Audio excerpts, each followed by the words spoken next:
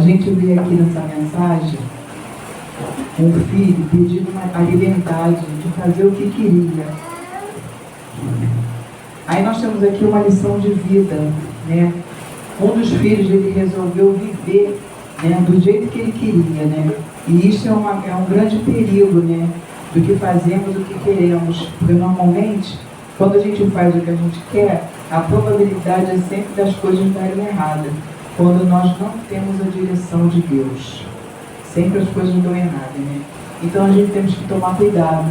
Tudo que a gente for fazer, a gente tem que pedir direção ao Senhor, né? Pedir direção a Deus, para que a gente venha fazer as coisas certas, né? E o pai sabia o que era melhor para aquele filho, né? A gente vê lá que em Jeremias 17:9, ele fala assim: o coração é mais enganoso do que qualquer doença incurável, né? Aí a gente tem que prestar muita atenção, né? Para onde a gente está levando o nosso coração, para onde a gente está seguindo, né? Se não tiver a direção de Deus. E ele fala: quem é capaz de compreendê-lo, né? O coração ele engana.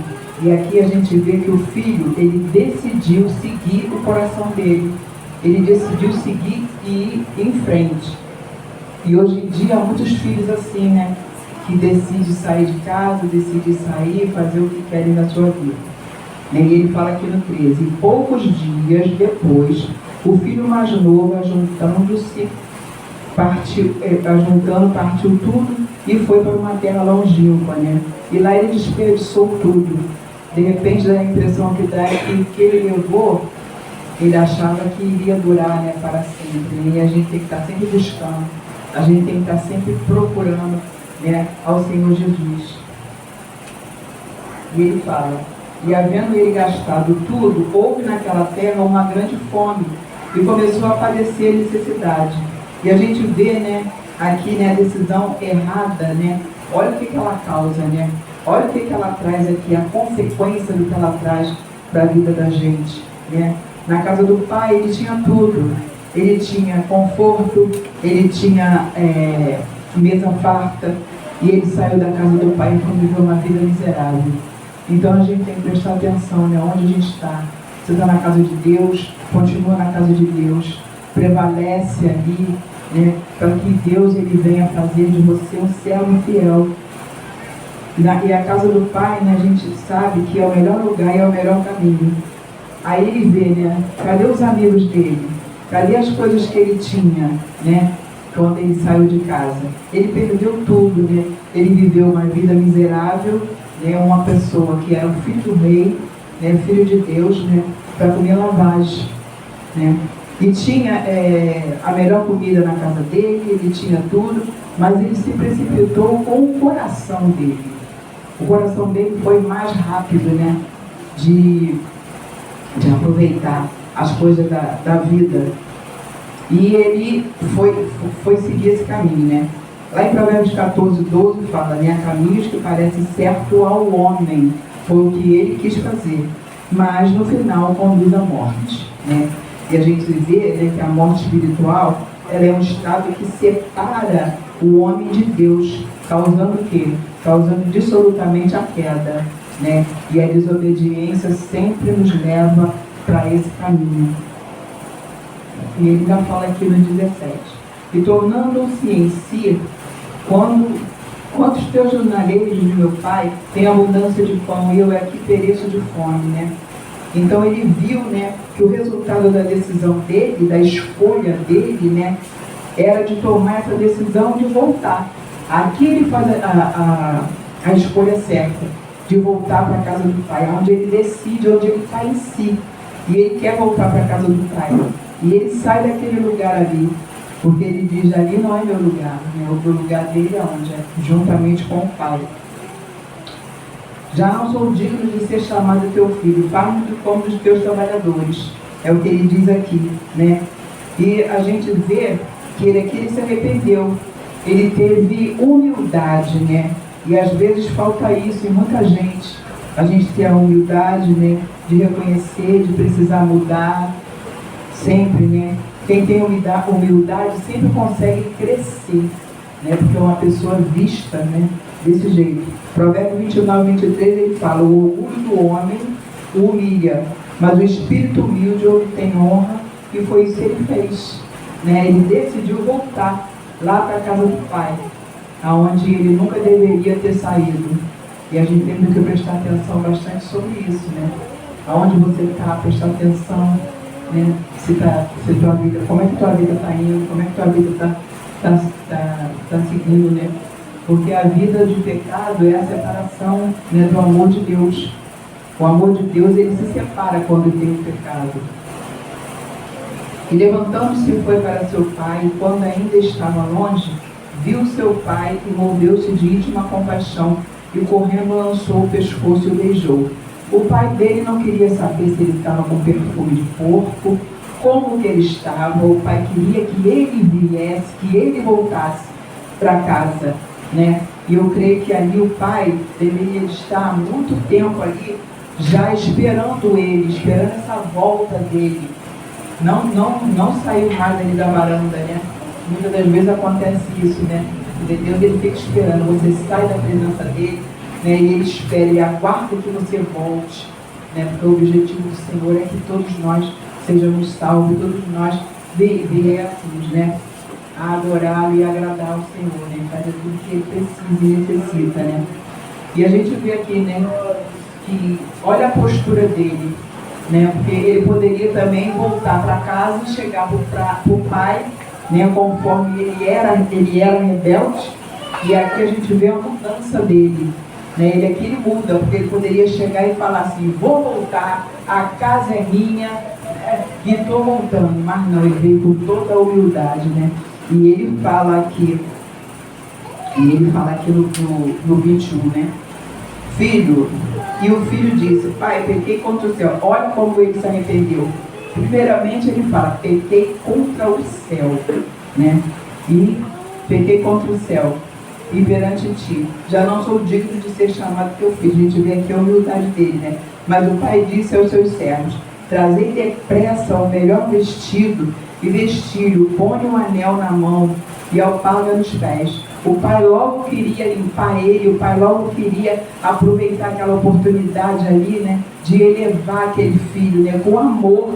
E é assim que Deus faz com todos nós, né, quando a gente vem para a presença do Senhor, né, ele te lava, ele te limpa, e ele vem trazendo a gente, né, com esse amor todo. E aí ele vai e coloca, né, sandália nos pés, né, coloca o anel, né, no dedo do filho, e ele vem falando isso, né. E o filho não esperava, né, que o pai tivesse essa atitude, né, de recebê-lo ele com todo esse carinho. A gente sabe que quando a gente é pequeno, a gente faz alguma coisa, né, o pai e a mãe, daqui a pouco já traz, a gente já dá logo um show, já fala logo alguma coisa, né. Mas Senhor Jesus não é assim, né? Ele tem um coração bondoso, né. Ele recebeu o filho, ele acolheu o filho, ele trouxe o filho, né, para perto com essa alegria, com esse coração aberto, né? Porque Deus, ele nos ama, né? E nós podemos sempre lembrar de onde ele nos tirou, né? E fez tudo por nós. O Senhor, ele fez tudo por nós, a ponto de entregar o filho dele na cruz do Calvário para nos salvar, né? E a gente vê aqui, né, que lá em Romanos 5:8 ele fala, né? E ele morreu antes mesmo de nós merecermos. E a gente tem que dar glória a Deus, a gente tem que dar muito aleluia por isso, né? Que antes mesmo da gente nascer, o Senhor, ele já tinha nos salvado. O Senhor, ele já tinha separado cada um de nós para isso. Então a gente vê, né, que é muito importante a gente prestar atenção nos estudos bíblicos que vem ensinando muitas coisas a gente sobre isso, né? Vem falando bastante sobre também as pregações.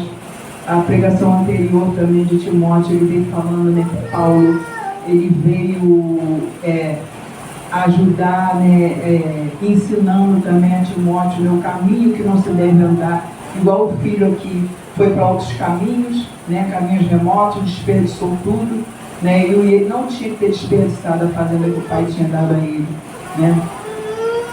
E aí a gente vê tudo isso aqui. Porque este meu filho estava morto e ele deu. Tinha se perdido e foi achado. E começaram a alegrar-se. E o filho mais velho, né, que a gente vê dentro da casa da gente, Sempre há alguém diferente, nem todo mundo é igual, cada um pensa diferente. E o filho mais velho estava no campo, e quando veio e chegou perto da casa, ouviu as músicas e danças. E chamando um dos seus servos, perguntou-lhe o que era aquilo. E ele disse: veio teu irmão e o teu pai matou-o dentro cevado. Por quê? O recebeu são e salvo. Mas ele indignou-se e não queria entrar. Saindo, o pai instava-se com ele e se indignou daquilo que ele tinha feito com o irmão. A gente não tem que tratar o nosso irmão dessa forma. A gente tem que tratar o nosso irmão com carinho, né, com todo amor. E ele fala aqui, né, o filho mais velho. O filho mais velho se sentiu injustiçado, né, e às vezes acontece, muitas vezes, isso com a gente, né, porque ele tinha um sentimento, né, que achando que Deus não estava nos ouvindo e nos vendo. Deus não faz exceção de pessoa. Ele tanto tratava o mais velho como o mais novo igual, porque o amor do pai é o mesmo, não muda. E a gente vê também que o filho mais velho, ele tinha um zelo pela fazenda, ele tinha um zelo, mas ele não tinha conhecimento. Ele vivia dentro da casa do pai, perto do pai, mas ele não tinha essa intimidade, ele não tinha o conhecimento, ele não conhecia o pai que tinha. E aqui, 1 Coríntios 15, 58, ele fala, né? Manter-se firme, que nada o abale. Dedicar na obra do Senhor, porque o vosso trabalho não é vão, né? Muitas das vezes a gente trabalha para a casa do Senhor, mas sem precisar de você querer ter alguma outra coisa de recompensa, porque o Senhor, ele nos sustenta e nada é em vão, né? O Senhor, ele é justo, né? E te recompensará na hora certa. Muitas das vezes você está passando por algum problema, passando por alguma dificuldade, mas o Senhor Deus, ele sabe o momento certo. Aí ele fala aqui no 29, mas respondendo, ele disse ao pai: eis que te sirvo há tantos anos, sem nunca transgredir o teu mandamento. Aí aqui ele já está, lembrando ao pai, falando, e não precisa fazer isso com o Senhor sabe, ele nos conhece. Ele conhece a nossa vida, não precisa da gente chegar e a gente está repreendendo que eu fiz isso, que eu fiz aquilo, né? Você fez porque ele fez, porque a vontade dele era que a fazenda crescesse para poder aumentar mais a riqueza, para poder aumentar mais o que ele queria, né? Que era justamente o montante do dinheiro, era o que ele pensava, né? Mas respondendo, ele disse ao pai, né, que eis que te sirvo sem nenhuma transgressão, e ao teu mandamento, e nunca me deste um cabrito para alegrar-me com os meus irmãos. E ele vivendo na casa do pai, por isso que a gente diz, né, vivia, mas não conhecia. Ele não conhecia o pai, né, ele tinha o quê? O coração dele era duro, né, o sentimento dele era de escravo, e ele se revoltou, né, talvez não tinha um relacionamento nem com o irmão dele, vivia como estranho dentro de casa. E nem tinha intimidade com o pai. A gente vê aqui, né, que o coração, ele alegra e formoseia o rosto. Eu acredito que ele devia ser uma pessoa assim, meio que carrancudo, né, meio fechado, né, diferente do irmão mais novo. Era o que ele vivia aqui. E vindo, porém, este filho que desperdiçou a tua fazenda, isso aí ele falando com o pai. Não precisava dele falar, porque o pai já sabia disso. O pai já sabia o que o outro filho tinha feito. E o pai não queria saber, né? Porque o pai queria o quê? Ele viu a mudança do filho, né, positivamente. O filho mais novo quando volta. Então ele se alegra, né? O pai não queria saber, né? Porque mais vale a alma do seu irmão, né, que todos os bens. Por isso Deus, ele não se importou com o desperdício que o mais novo fez. Não importava isso para Deus. O que importava para Deus era que ele voltasse, que ele viesse de volta para casa, né? Porque o pai estava esperando esse momento, né, de alegria dentro da casa. E desde aquele dia que ele voltou, a alegria voltou para dentro de casa. E a gente vê aqui o amor que Deus tinha também pelo filho mais velho, né? E ele diz assim: filho, tu sempre estás comigo, Mas cadê que ele conhecia? Cadê que ele queria, né, saber? E todas as minhas coisas são tuas. Ele poderia ter o que ele quisesse, a hora que ele quisesse, o dia que ele quisesse, porque Deus estava com ele, Deus sabia da situação. Mas era justo alegrar-nos e folgarmos, porque este teu irmão estava morto e reviveu, e ele tinha se perdido e se achou.